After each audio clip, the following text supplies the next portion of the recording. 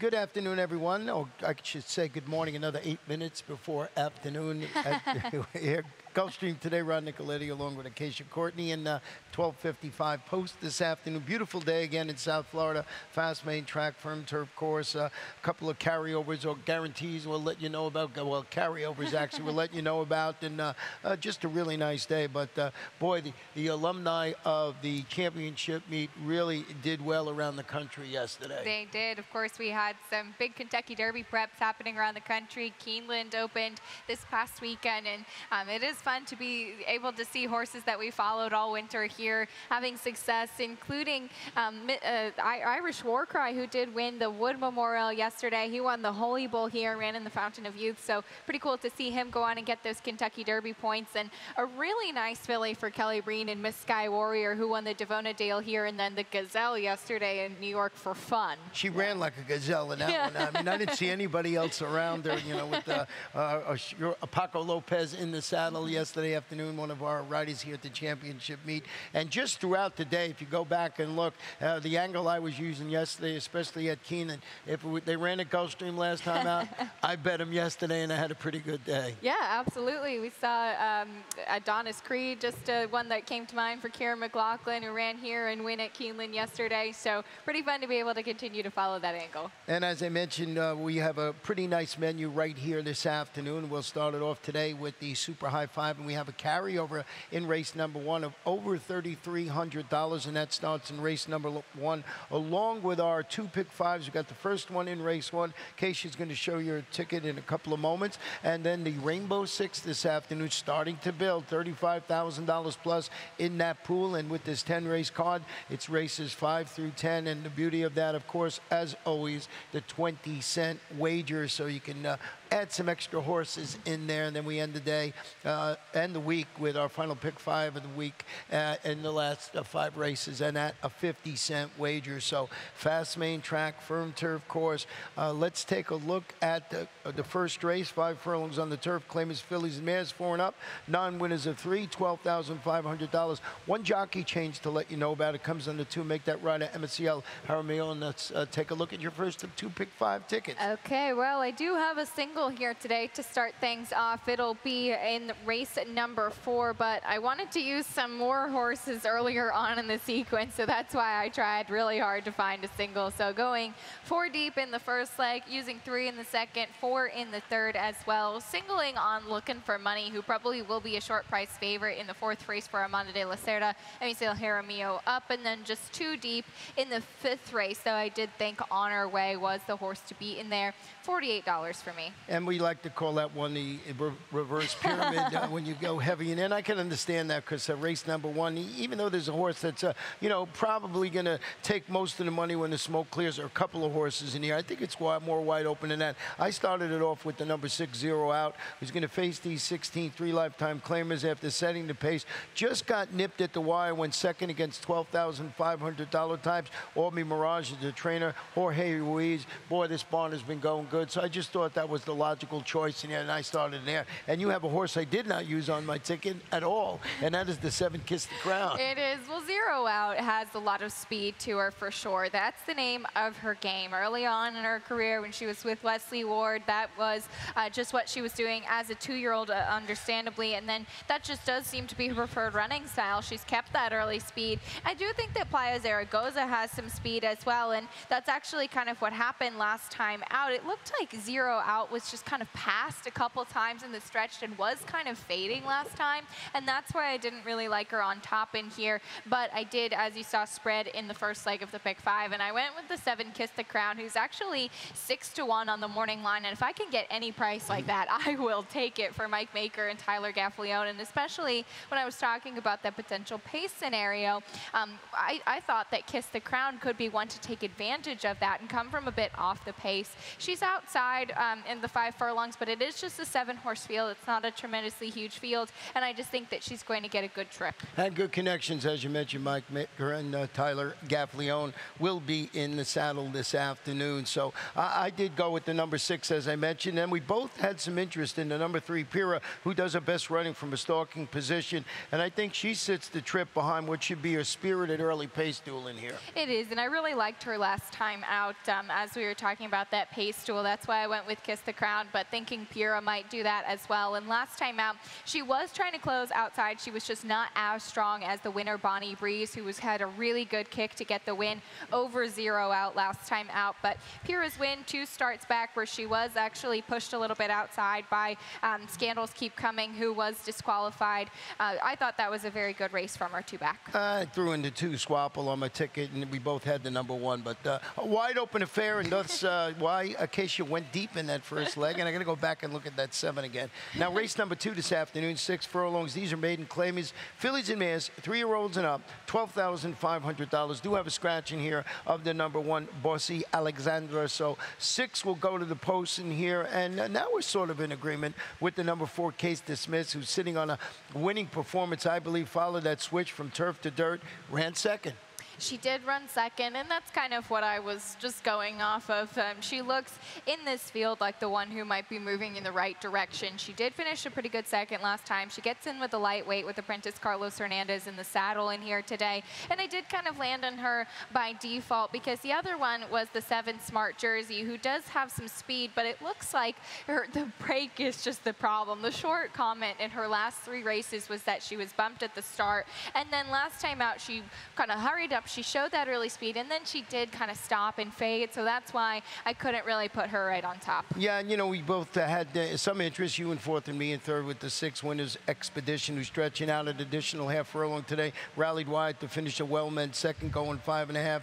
Gennady Dorochenko has Manny Jimenez, that's apprentice in there, so getting a little bit of a break in the weights. Absolutely, and Manny Jimenez riding the last couple of times on this horse. I did have some interest in the 5 Ocean Surprise, trying the dirt for the first time, and this is a really good-looking filly, but I like to see that the blinkers go on. We did see Jorge Abreu have a winner yesterday on the card, because last time out, this filly was just really worked up, very unsettled going into the gate, so I'll be interested to see how she acts today. Well, let's go to race number 3 this afternoon. It's an allowance, 1 mile allowance optional claimer, 4-year-olds and up. They could run for that optional claiming price of $25,000. We do have a scratch in here of number 2, Billion Star, and I went to the inside with the 1, Illustrious Sun, and you went with the number 4 horse in here. Once again, a horse I did not use. We're not in agreement this afternoon.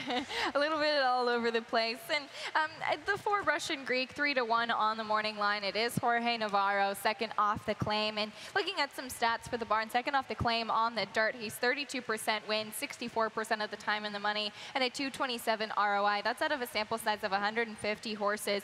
And I think that this horse, he's an 8-year-old horse, a really hard-knocking type, a 10-time winner in his career, and he's got a lot of speed to him. And last time out, it was a wet, fast track. I don't know if he was entirely comfortable. He was also drawn inside, and he didn't get to show his normal speed. I do think he's a need-the-lead type, and he just might be fastest if he gets the good spot today. Yeah, but those last 2 races, boy, weren't that good. So I did go with the 1 who you have in 2nd on top, Illustrious Sun, is stepping up to face winners after gliding through the sloppy conditions to break his maiden, going 7 furlongs, and he received an 89 buyer for that figure, for that effort last time out. I want to show you a stat on trainer Gilberto Zerpa, layoff of 31 to 60 days on the dirt right here at Gulfstream Park. He's 12 for 49. That's 24% win average, 53% in the money, and $1.54 ROI. So off that stat, and just I thought this was the logical one after getting that big race. Does he bounce? I don't know,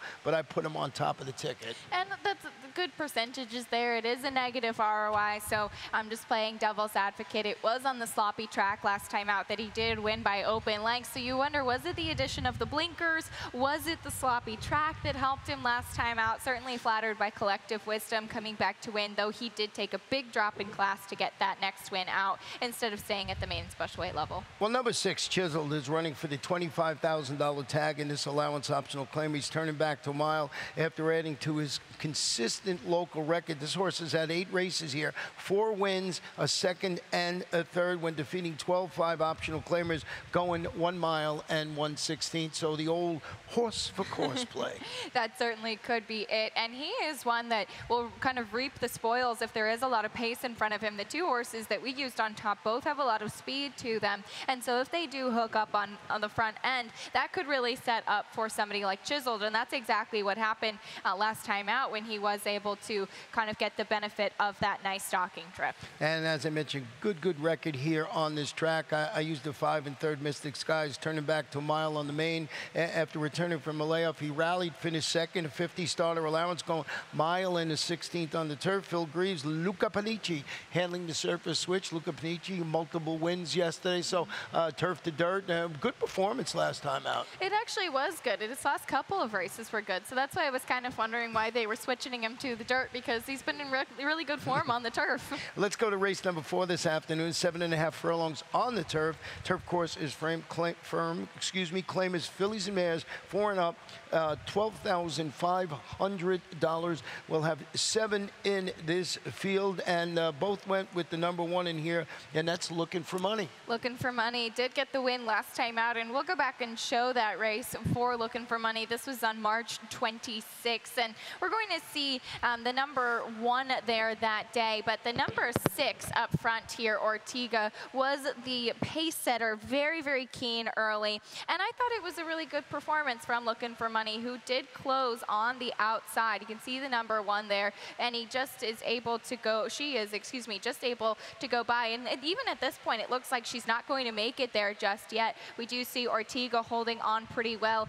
other horses trying to close, and she really does just manage to gut out the victory there, which I thought was a good race from her. Now, she got it by a slim margin. If you remember trying to keep my pick 5 ticket affordable, I did single, but this was after 3 races in a row where she finished second, so she just got the win that day. I hope she's able to continue the momentum. Well, let's show a stat on Armando de la Cerda, winner last out, all claiming levels on the turf. He's it's a limited sampling. He's 4 for 26, 15%, 46% in the money, but only that $1.61 return of investment, but a really game performance last time out. It was game, and the main reason I did single is that I think that she meets the right field here today. I like the rail post position for her to stalk from in there. The only alternative I thought was the 6 Wakachula, who had been in pretty good form before the layoff, but a couple of negatives to her. She's coming off of about a 5-month layoff. She hasn't raced since November at Gulfstream Park West,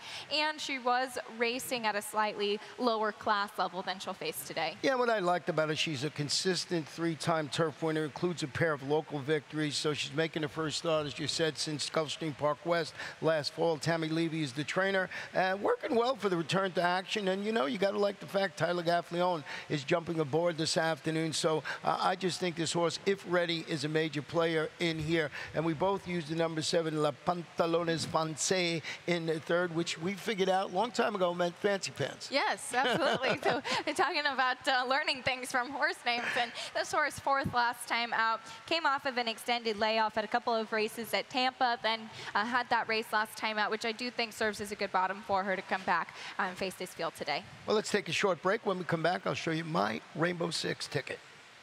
At ExpressBet, we celebrate the champions that make horse racing great. That's why we provide more ways to bet from more places than ever. We've built an entire family of brands to give players more of the rewards they deserve. Give bettors the information they need to win and provide a community for horse bettors. Because the best way to support the champions of horse racing is to champion horse racing. ExpressBet, we are racing.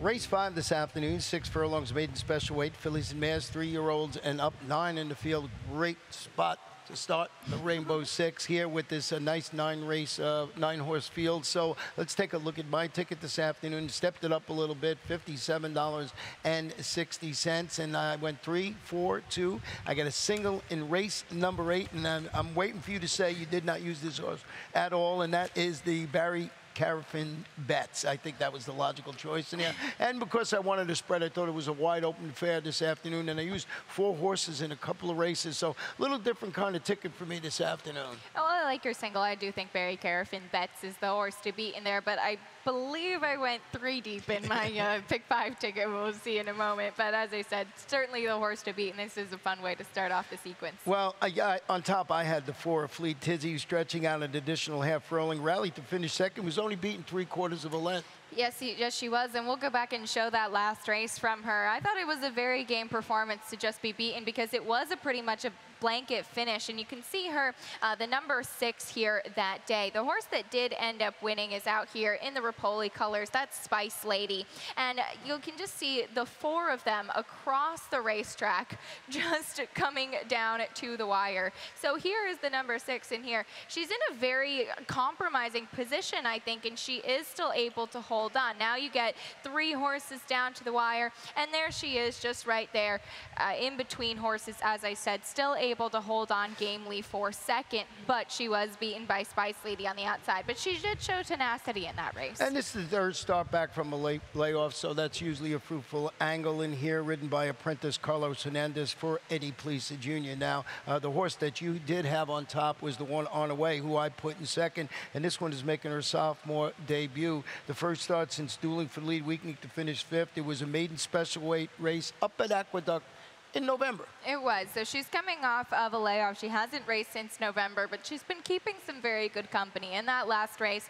she ran behind Montrachet, who was a really nice maiden winner for Christophe Clement, and the 2nd place finisher Lockdown came back to break her maiden and then won the Busanda, so ended up going on to be a stakes winner, and I think that she's got some tactical speed to her as well. I actually do like the turn back in distance, and this is kind of an interesting filly because Todd started her in maiden claiming company. So impressed by her first performance that he stepped her up to maiden special weight and going to keep her at that level in here. So we'll see if she's able to work out a trip in here, but I did like her. The horse that I think's got a big shot in here today is the horse that I used in 3rd, and that's Our Next Roller. Continues to train sharply over at Gulfstream Park West. Preparation for the first start. She stalked the pace. She was 4th behind the next out maiden special weight winners, a couple of them actually, called Overture and Catofina. That was a 6 furlong dash on February 22nd. So coming out of a key race where both those horses came back and won at the maiden special weight level. They did, and it's great to see that because this was on a sealed, sloppy track. It was very rainy that day, and Jacob's Rocket Girl, who won, was the only horse with experience in a field of first-time starters. But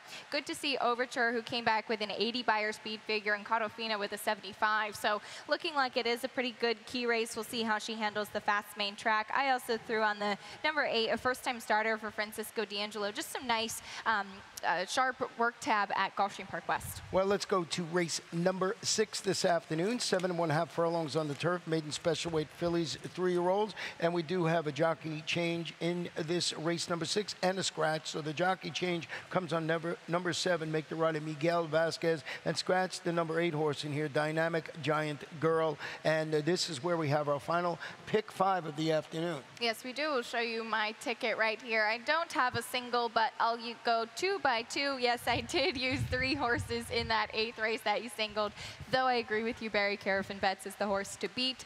2 deep in the 9th and spreading in the 10th with 4 horses, as I believe you did as well. That looks like a race you want some coverage in. $48 once again. Well, I started off in here, and I don't know how you did, but with the 2, She's Already Ready. She's always ready. Yeah. Yeah, that's the one I started. Should be primed and ready to shed the maiden tag after the promising turf debut at this level and distance in which she dueled for the lead, and she finished a good 5th behind a repeat winner called Bernadiva in that race. And I just thought of that performance, I'd put this one on top. And Bernadiva's actually turned out to be a nice filly. Took her a couple of starts to break her maiden, and then she's been consistent since. And I did have some questions about She's Always Ready still. I thought that she'd be a short price, and I did actually prefer the 3 Crave trying the turf for the first time. Though I respect She's Always Ready, she's got a lot of speed to her as well. I think that there might be a couple other horses forwardly placed placed in here, but if she just runs away from the rest of the field, then she could win it.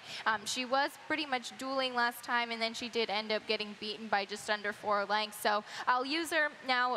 She debuted on the muddy track, and then it was about an 8-month layoff. She came back last 2 starts back, and then tried the turf last time. Still had a couple questions. Yeah, and if you remember my ticket, I did put the 3 Crave on there. That's why I went 4 deep in there. But I'm not enamored with that horse as much. I mean, I say it because I'm not getting beat by Pletcher. That's it. And she actually comes out of the same race that I just showed a little bit earlier with Spice Lady and a Fleet Tizzy. So you could see a couple of horses, 4 horses actually, just way ahead of the rest of the field. And she was trailing. She just never really looked comfortable. And on the bottom side, you don't really see much turf as far as the mare, but the second dam, or going 1 level back, was actually a multiple graded stakes winner on the turf, and she's by Candy Ride, so I thought I'd give her a try today. Maybe get a little bit of a price on Todd Pletcher for once. And number 4, Pert, is stepping up and stretching out in the first race since chasing really solid fractions of 21-1.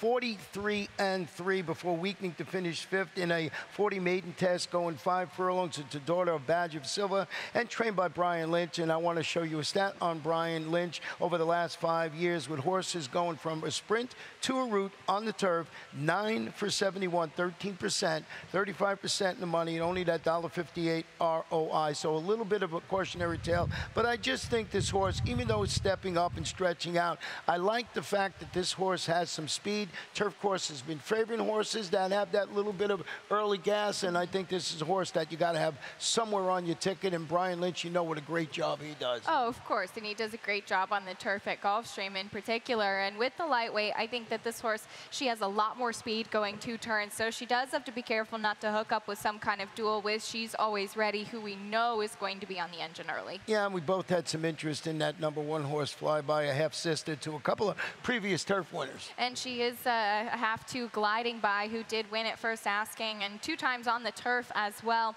First-time starters on the turf for the barn for Leah Giarmati. Has just won for 18 in the past 5 years, so maybe need a race with some nice pedigree there. And Tyler Gaffalione will be in the saddle for Leah this afternoon. That's the inside horse in there. Now, race number 7 is a 7.5 furlong turf event. Claimers, fillies and mares, 3-year-olds and up, non-winners of 2 races in lifetime. And we do have 1 jockey change to let you know about, and that is the number 2, Make the Rider Be Undeady song on the number 2. That's Edgar Zayas. So you went with the number 2 horse in here, that horse. Yes, that one, and we'll go back and show her last race where she did get the win, and it was not the easiest way. We're going to start by showing the pan shot of the stretch. She is the number 4 here this day, and you can see that she's just kind of moving out like she is going to get into a good position there.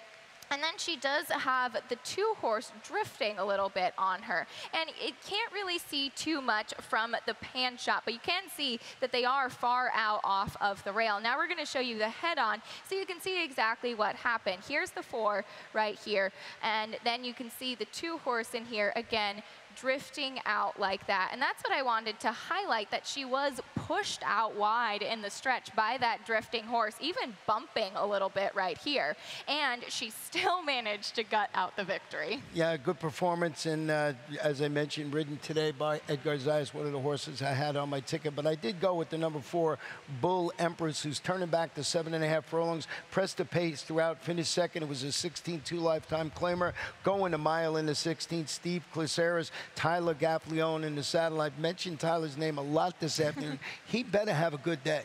Yes, he is. Well, it's definitely possible. He did have a nice win yesterday at Keeneland, out of town, now back here in Florida. And I definitely respect this horse. I did use her in second. She had a good race last time out. Would have liked to see a little bit more. Don't like how that she lost the lead last time, but I do think the turn back in distance will help her. And we both used the number 6. Cali Cat is expected to show more return from about a 7-month layoff, rebounded from a troubled start, broke out within that race, finished 4th. It was a 16-2 lifetime claimer at the distance. Larry Bates, Gilver Chamafi in the saddle this afternoon, and I thought this was a pretty good race last time out. I do think that it was a good race off of that big layoff, and should certainly be able to take a step forward after that. Second off the layoff on the turf, the barn is just 2 for 28, but it is a positive ROI, and I do think that'll serve as a good base for her. Well, race 8 this afternoon afternoon. 6 furlongs, allowance optional claimer 3-year-olds, or the optional claiming price of $75,000, and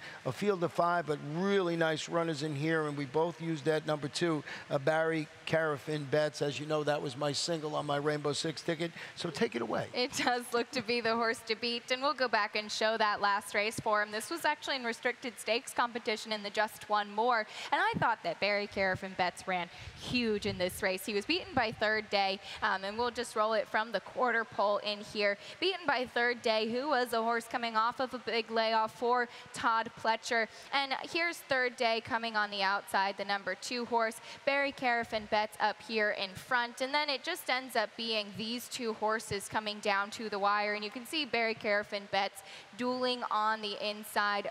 Very, very game in that race. As I said, the horse that did win was coming off of a layoff, but for a high percentage barn, of course. Big performance from Barry Carafin Betts. What I don't like is that he's cutting back in distance. Well, cutting back in distance, but he's been firing bullets for the return, so he's working well. It looks like they're drilling speed into him for the shorter distance today, cutting back to that sprint distance, so I don't see this being that much of a problem this afternoon. Now, number 4, Weight, third behind undefeated Grade 2 Rebel Stakes winner Malagasy, going 6 furlongs on February 12th, is going back to the main track after dueling for the lead, weakening to finish 8th and last when trying the turf last time out. Want to show you his stat on the trainer Stanley Gold with that number 4 Weight, turf to dirt at Gulfstream Park.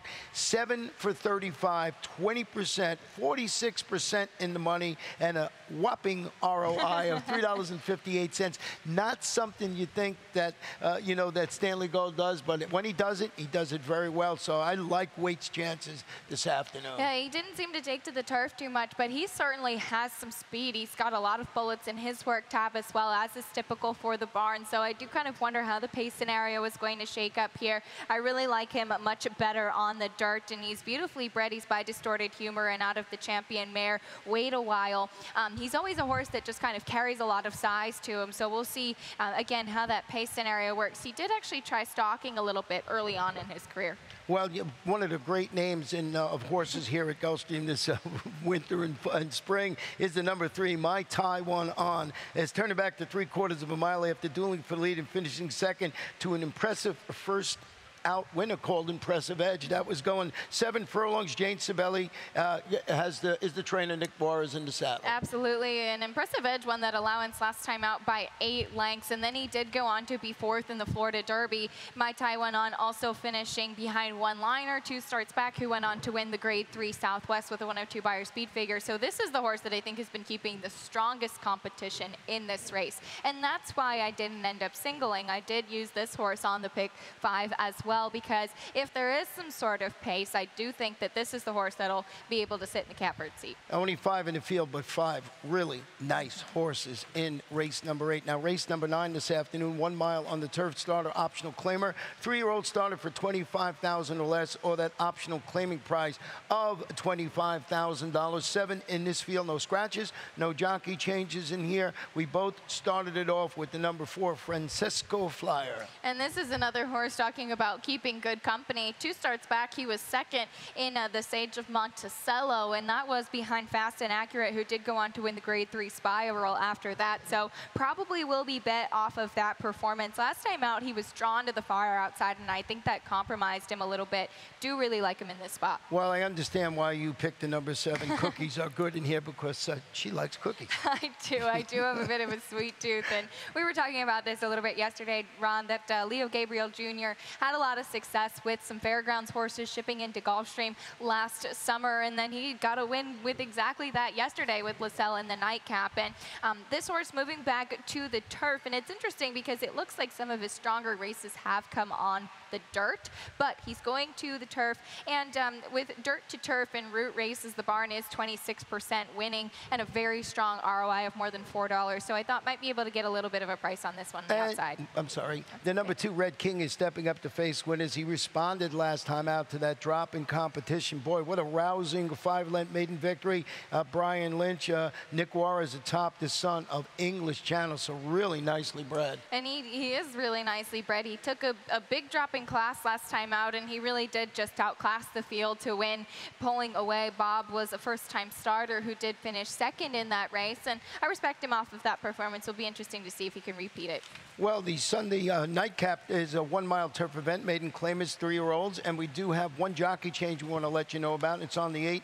Make that rider Marcos Meneses in that race, and we both went with the 2, and we're going to throw our hat in the ring in this final race. Yes, we are, and it'll be a little bit of early handicapping homework as well, because hat in the ring does come out of that race we were just talking about, where Red King won by 5 lengths, and this race 2 starts back was a little bit of a nightmare trip, and that's a race that we've kind of all been handicapping on. Saw a couple of horses come out to win, because Mr. Bricks, the horse that won, was the only one in that field that had a good trip. Everybody else was all over the place. Now, hat in the ring last time out showed some speed, and I think was just beaten by a bit of a classier horse, but does meet a good field today. Well, the number 1, All Hanson's on deck, is shortening up to 8 furlongs after returning from a couple of month freshening. Break from post 12. He due for the lead. He finished 4th. It was a key $25,000 maiden mile in his 16th maiden test that has already produced a pair of next out winners, and want to show you a stat on Mike Maker. First, after a trainer change, 31 to 60 days on the turf,